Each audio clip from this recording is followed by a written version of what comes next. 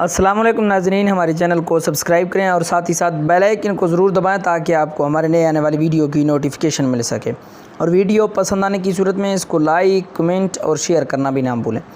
وقت اپنی مقررہ رفتار سے گزرتا رہا، یہاں تک کہ یوسف یعنی صلاح الدین 16 سال کا ہو گیا۔ اس کے خط و خال دلکش تھے مگر جسم میں سپاہیانہ جھلک نظر نہیں آتی تھی۔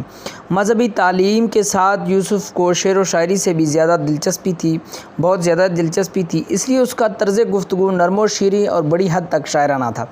وہ مناظروں کی مجلسوں میں بڑے ذوق و شوق کے ساتھ شریک ہوتا اور علماء کی منطقی بحث سن کر لطف حاصل کرتا۔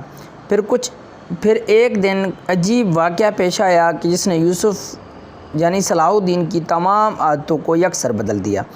ایک دن یوسف اپنے استاد گرامی قاضی ابن عرصون کی خدمت میں حاضر تھا۔ سلطان نور الدین زنگی قاضی صاحب سے ملنے ان کی درسگاہ تشریف لائے۔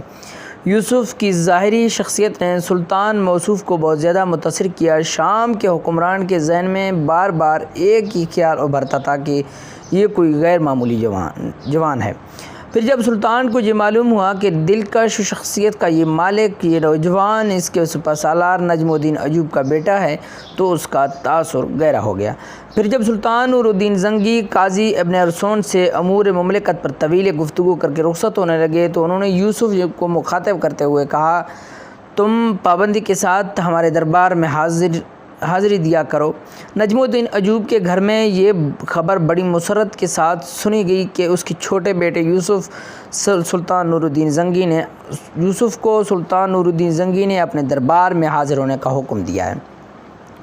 قدرت یہ موقع کسی کسی خوش نصیب کو دیتی ہے کہ خود حاکم وقت اسے طلب کرے، ورنہ لوگ تو اسی حسرت میں مر جاتے ہیں کہ وہ حکمران کے دروازے تک ہی پہنچ جائیں۔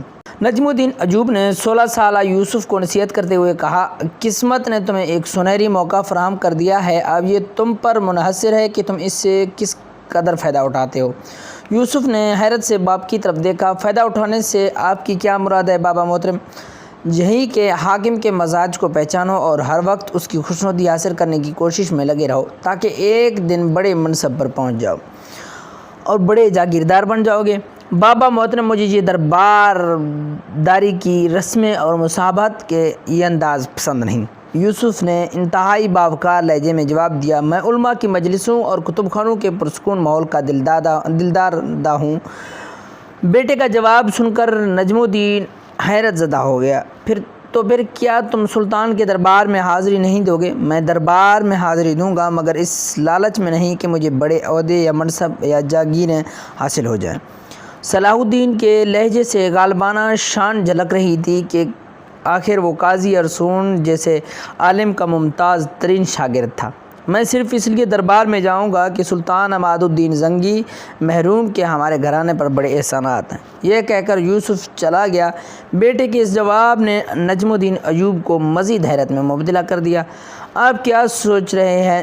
زبیدہ نے شوہر کو خیالات میں گم پا کر پوچھا۔ تم نے اپنے بیٹے کا جواب سنا؟ نجم الدین ایوب کے لہجے سے ہلکی سی تلخی جھلک رہی تھی۔ مجھے تو بہت خوشی ہوئی، اس لیے مجھے اپنے بیٹے سے اسی جواب کی امید تھی۔ زبیدہ کے لہجے سے انتہائی مسرت کا اظہار ہو رہا تھا۔